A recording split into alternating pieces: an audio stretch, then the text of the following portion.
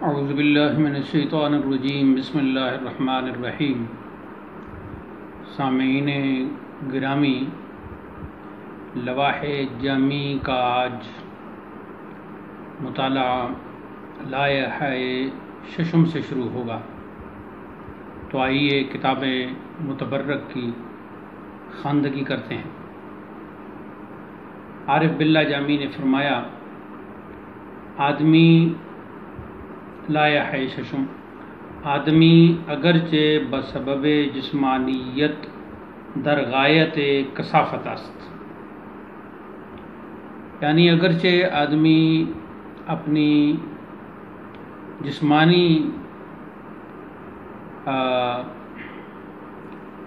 جسمانی حوالے سے غایت درجہ کثیف ہے۔ کثیف لطیف کا متضاد ہے، اما بحسب روحانیت در نہایت لطافت، مگر یہی آدمی روحانی اعتبار سے غایت درجہ لطافت رکھتا ہے، انتہائی درجہ لطیف ہے۔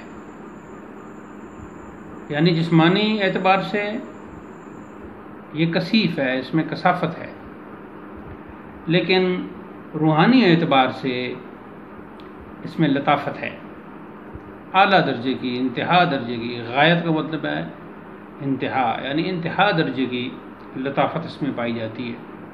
اور اس پر دلیل کیا ہے؟ فرماتے ہیں، بہار چرو عارت حکم آں گیرت، جس طرف بھی توجہ کرتا ہے تو اس کا اثر قبول کرتا ہے، یعنی جس چیز کو بھی دیکھتا ہے اس کا رنگ اور اس کا اثر قبول کرتا ہے۔ وہ بہر چے توجہ کو ند رنگ عام پذیرت، اور جس طرف بھی توجہ کرتا ہے اس کا رنگ اختیار کرتا ہے، قبول کرتا ہے۔ قبول لفظ سے قبول کے قاف کے اوپر زبر۔ جس طرف بھی چہرہ کرتا ہے، یعنی جس طرف بھی دیکھتا ہے اس جیسا ہو جاتا ہے، یعنی اس پہ اس سے اثر لیتا ہے، متاثر ہوتا ہے، اور جس طرف توجہ کرتا ہے اس کا رنگ قبول کر لیتا ہے، اختیار کر لیتا ہے۔ ولہذا حکماء گفتاند، اسی لیے حکماء اہل دانش و بینش نے کہا ہے، چون نفس ناطقہ بصور مطابق حقائق متجلا یا متجلی شود و باحکام صادقہ آن متحقق گردد، یعنی باحکام صادقہ آن، یا آن کا علیحدہ بھی پڑھ سکتے ہیں، آن سے اس نفس کی طرف اشارہ ہے۔ و باحکام صادقہ آن متحقق گردد سارت کا انہا الوجود کلہا۔ تو اہل دانش و بینش، حکماء حکیم کی جمع حکیم، اہل دانش و بینش صاحبان فلسفہ و منطق، وہ کہتے ہیں کہ جب نفس ناطقہ پر حقائق متجلی ہوتے ہیں، یعنی صور مطابق حقائق، یعنی حقائق کی صورتیں، حقائق کے نقوش، یعنی حقائق جب اس پر متجلی ہوتے ہیں، روشن ہوتے ہیں، جلوہ گر ہوتے ہیں، اور ان کے احکام اس پر متحقق ہو جاتے ہیں، یعنی وہ ادراک کر لیتا ہے ان حقائق کو سمجھ لیتا ہے، سارت کا انہا الوجود کلہا، تو وہ گویا ایک ایسے مقام پر پہنچ جاتا ہے کہ خود ہی کل کا کل واجب الوجود میں گم ہو جاتا ہے۔ اچھا، یہ کتاب ویسے بھی بہت اعلیٰ اور متبرک کتاب ہے، صاحبان تصوف اور سالکین راہ سلوک کے لیے رہنما کتاب ہے۔ خاص کر یہ جو لائحہ ہے، یہ بہت ہی اس میں بڑی بات کی جا رہی ہے جو خواص لوگ ہی سمجھ سکتے ہیں، اور علم سلوک کو سمجھنے کے لیے اس پر چلنے کے لیے، علم تصوف کو اپنانے کے لیے پیر کامل کی ضرورت ہے۔ آج کل جو ہلاک کا دور ہے، خود جاہل ہیں اور دوسروں پر اعتراض کرتے ہیں جی پیر کی کیا ضرورت ہے، شیخ کی کیا ضرورت ہے۔ ایسے لوگوں کی ایک نہیں سننی چاہیے، یہ سب جاہل لوگ ہیں، انہیں خود کچھ نہیں پتہ۔ دنیا کے امور میں انہیں اساتذہ کی اور رہبروں کی ضرورت ہوگی، لیکن یہ بے شرم اور بے حیا معرفت حق کے لیے یہ کسی کو اپنا رہبر ضروری نہیں سمجھتے۔ تو یہ دراصل یہ جاہل ہیں، بد نصیب ہیں، بدبخت ہیں، ان کا روحانیت سے کوئی تعلق نہیں ہے۔ ایسے لوگوں کی قطعاً کوئی بات نہیں سننی چاہیے۔ ہاں، اگر آپ بھی علم تصوف کو نہیں مانتے، روحانیت کو نہیں مانتے، آپ کے نہ ماننے سے کچھ ہوگا نہیں، لیکن اگر آپ نہیں مانتے تو پھر ان کتابوں کی طرف نہ آئیں، ان باتوں کی طرف نہ آئیں، ان موضوعات پہ گفتگو ہی نہ کریں۔ پھر آپ اپنے جن چیزوں کو مانتے ہیں اس پہ لگے رہیں۔ لیکن اگر آپ علم تصوف کو، روحانیت کو مانتے ہیں اور ماننا پڑتا ہے، تو پھر یاد رکھو پیر کامل کی، رہبر کامل کی ضرورت ہے۔ اس کے بغیر یہ ساری باتیں سمجھ نہیں آ سکتی۔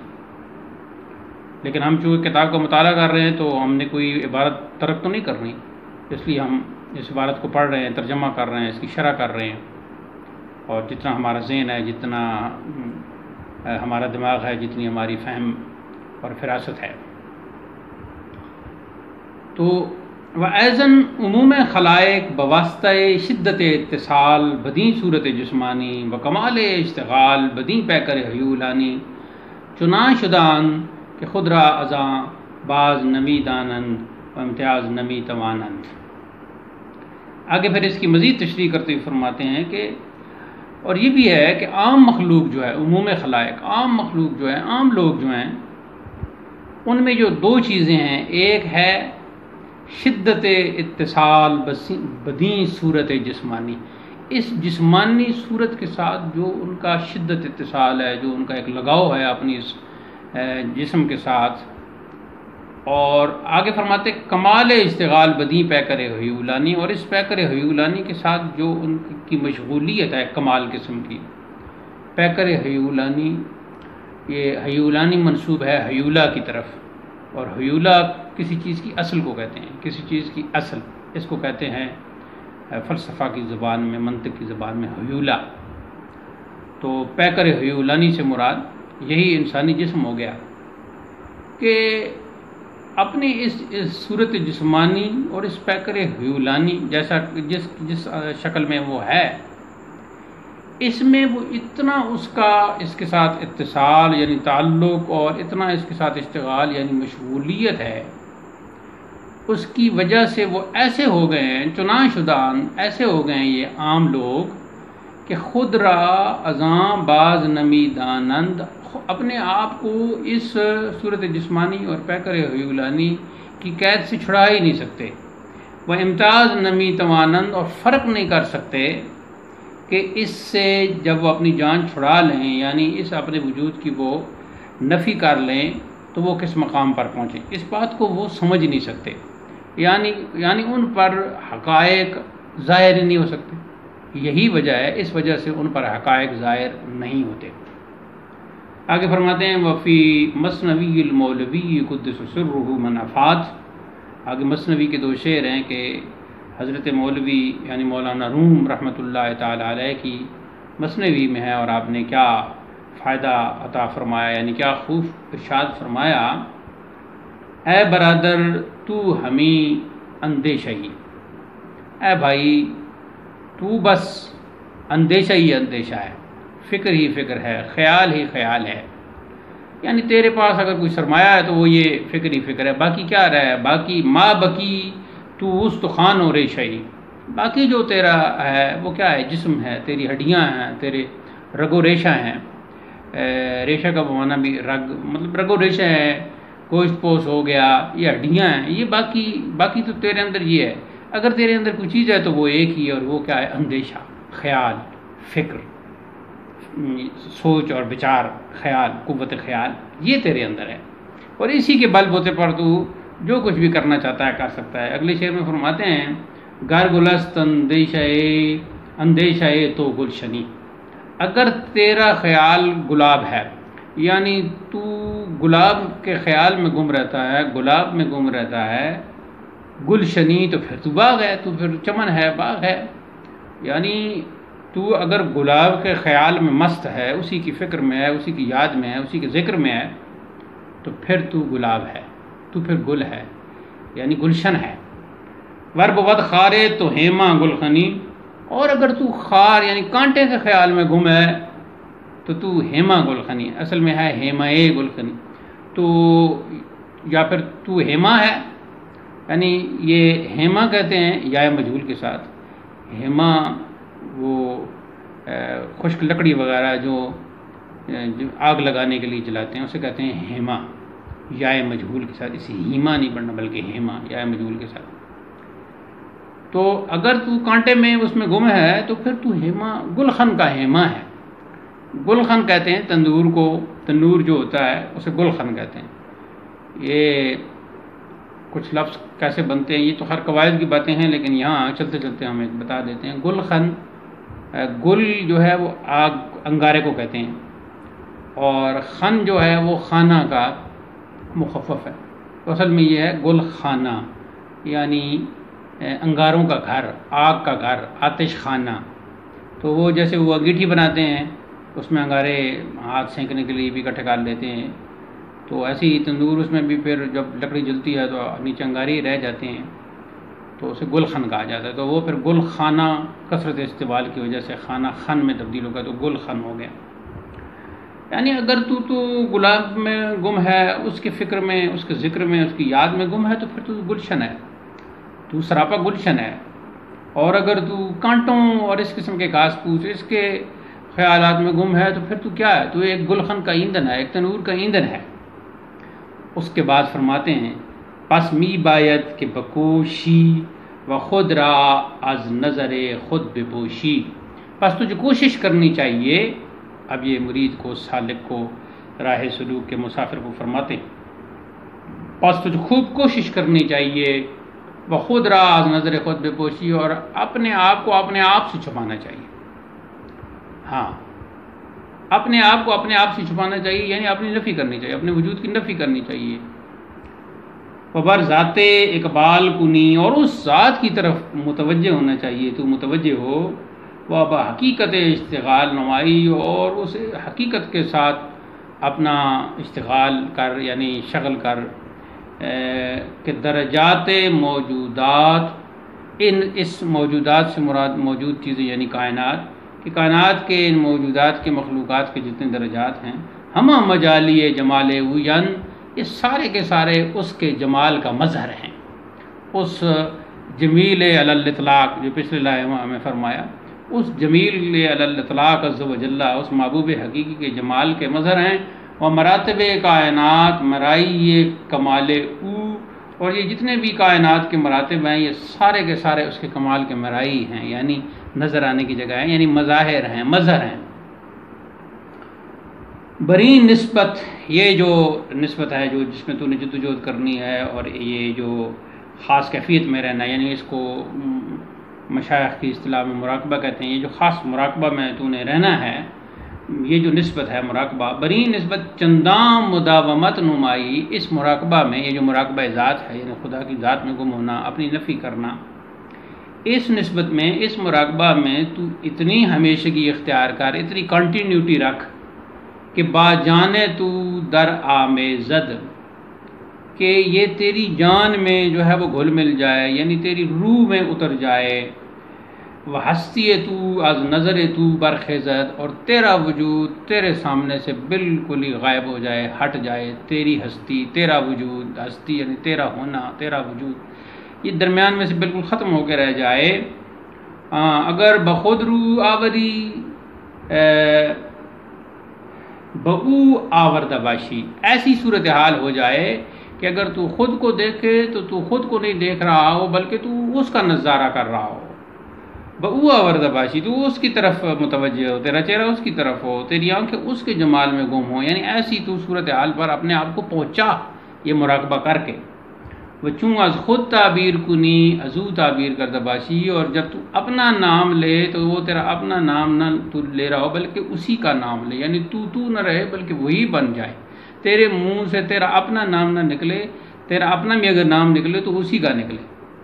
آگے فرماتے ہیں کہ مقید مطلق شود، یعنی اس طرح تو ہو جائے کہ مقید جو ہے وہ مطلق ہو جائے۔ یہاں مقید سے مراد جب انسان سے مخاطب ہے تو انسان ہو گیا، کیونکہ جتنے بھی ہم نے آپ کو پہلے بتایا ہے کہ مخلوقات جتنی بھی ہیں وہ مقیدات ہیں، تقیدات ہیں، تو یہاں جب انسان سے مخاطب ہیں تو پھر مقید سے مراد انسان ہو گیا کہ تو مقید سے نکل کر، یعنی انسان، دائرہ انسان سے نکل کر تو کیا ہو جائے، مطلق شبد، اس ذات لا انتہا میں گم ہو جائے، وہی تیرا جو ہے نا تعارف ہو جائے۔ یہاں پھر وہ مقام آتا ہے اور اس کی طرف تلمیح مولانا جامی نے کی، انا الحق هو الحق گردد، کہ پھر انا الحق تیرا انا الحق کہنا هو الحق ہو جائے، یعنی جب تیری زبان سے نکلے انا الحق کہ میں حق ہوں، تو میں حق اس کا معنی نہ ہو بلکہ اس کا معنی ہو وہی حق ہے، اس لیے کہ تو نے اپنے وجود کی تو نفی کر دی ہے یہ مراقبہ ذات کر کے اور اس قدر کوشش وجود کر کے، تو پھر جب تو انا الحق بھی کہے گا تو وہ انا الحق نہیں ہوگا بلکہ هو الحق ہوگا۔ یہی تلبیہ ادھر اشارہ کیا ہے شیخ منصور کی طرف بھی، کہ وہ بھی اس مقام پر پہنچ چکے تھے اور انہوں نے جب کہا تھا کہ انا الحق، تو وہ انا الحق کا معنی تھا هو الحق، لیکن علماء ظاہرین نے ان پر فتویٰ لگا دیا، تو واللہ عالم بالصواب، علماء ظاہرین کو شاید ایسا قدم نہیں اٹھانا چاہیے تھا، لیکن اللہ کی اپنی شانیں ہیں، اور حضرت شیخ منصور کے حوالے سے پھر کبھی گفتگو ہوگی انشاءاللہ۔ تو یہ ادھر اشارہ کیا کہ جو انا الحق ہے پھر وہ آخر میں هو الحق ہو جاتا ہے۔ اس کی مزید تشریح آگے رباعیات میں آ رہی ہے۔ اب یہاں ایسے نثر ختم ہوا اور رباعیات شروع ہوتی ہیں۔ اصلاح میں 3 رباعیات ہیں، اور پہلی رباعی فرماتے ہیں کہ گر در دل تو گل گزرت گل باشی، اگر تیرے دل میں ہمیشہ گلاب کا خیال رہتا ہے تو پھر تو بھی گلابی رہے گا، تو بھی گلابی بنے گا۔ جس خیال میں تو رہتا ہے، جس پیکر کے خیال میں رہتا ہے تو بھی وہی بنے گا، وہی پیکر بنے گا۔ تو گلاب کے خیال میں رہتا ہے تو گلابی بنے گا۔ وز بلبل بے قرار بلبل باشی، اور اگر تو بلبل بے قرار یعنی بلبل بے دل، بلبل عاشق کی یاد میں اگر تو گم رہتا ہے تو بھی ایک دن بلبل بنے گا، ایک دن عاشق بنے گا۔ تو جزوی و حق کلست، تو جزو ہے اور حق کل ہے۔ یہاں جزو بمعنی کل اس طرح نہیں ہے کہ جیسے کل کوئی ہو اور اس کے اجزاء ہوں تو وہ جز، یہاں وہ مراد نہیں ہے۔ لفظ وہ استعمال ہوئے ہیں لیکن یہ اصطلاحی طور پر استعمال ہوئے ہیں۔ یہاں جزو سے مراد مقید اور کل سے مراد مطلق ہے۔ تو جزو ہے یعنی مقید ہے، اور حق کل ہے یعنی وہ مطلق ہے۔ اگر روزے چند اندیش ہے کل پیش کنی کل باشی، اگر تو چند دن ایک جزو ہو کر مقید ہو کر اس کل یعنی مطلق کے خیال ذکر میں یاد میں گم ہوگا تو بھی اس کل کے ذکر کی وجہ سے کل ہی ہو جائے گا۔ یعنی تیری، اس کا مطلب یہ نہیں کہ تو وہ ہو جائے گا، مطلب یہ ہے کہ تو اس کی ذات میں جب گم ہو جائے گا تو پھر تیری ہستی درمیان میں سے تیرا وجود ختم ہو جائے گا، تو اپنی نفی کر دے گا اور مرتبہ فنا پر پہنچ جائے گا۔ اگلی روایت ہے زا میزش جان و تن توئی مقصودم وز مردن و زی ستن توئی مقصودم تو دیر بزی کہ من برفتم زمیاں گر من گویم زمن توئی مقصودم۔ زا میزش جان و تن، یہ آمیزش ہے، اور وزن میں پڑھنے کے لیے بعض اوقات الف مد آ سے جو لفظ شروع ہوتا ہے اس سے پہلے جو حرف ہوتا ہے وہ اس میں ضم ہو جاتا ہے، تو اس کو زے آمیزش نہیں پڑھنا بلکہ زا آمیزش پڑھنا ہے، تو حقیقت میں زے آمیزش ہے۔ آمیزش جان و تن کا کیا مطلب ہے؟ جسم اور روح کا ملاپ، کا ملنا، مراد زندگی۔ تو فرماتے ہیں کہ میری یہ جو زندگی ہے، میری یہ جو حیات ہے، اس میں میرا مقصود تو ہی ہے، میرا مرنا اور میرا جینا، اس میں میرا مقصود تو ہی ہے۔ تو دیر بزی کہ من بے رفتم زماں، تو دیر تک سلامت رہے کہ میں تو درمیان سے اب نکل گیا ہوں، یعنی میں تو کچھ بھی نہیں ہوں، میرا وجود تو اب فنا ہو چکا ہے۔ گر من گویم زمن تو ہی مقصودم، اگر میں من بھی کہتا ہوں یعنی اپنی طرف اشارہ کرتا ہوں، یعنی من کہتا ہوں، تو وہ جو میرا من ہوگا یعنی جو میرا میں ہوگا، زمن تو ہی مقصودم، میرے اس من سے، میری اس میں سے تو ہی مقصود ہوگا، اس میں سے میں مقصود نہیں ہوگا بلکہ میری میں سے مقصود بھی تو ہی ہوگا۔ یہی مفہوم انا الحق کا ہے، اور یہی بات جو اوپر آپ نے کہی کہ انا الحق ہوا الحق گردد۔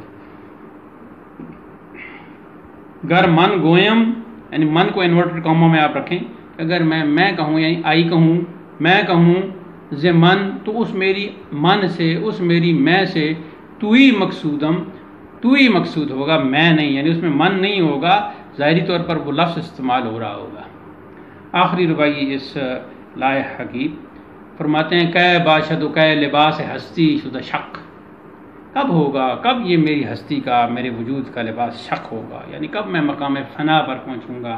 تاباں گشتہ جمال وجہ مطلق، اس وجہ مطلق کا جو جمال ہے وہ کب مجھ پر تابندہ ہوگا، کب روشن ہوگا، کب میں اس کے دیدار سے مشرف ہوں گا، یعنی اس کی ذات میں گم ہوں گا، اس کے انوار و تجلیات میں گم ہوں گا۔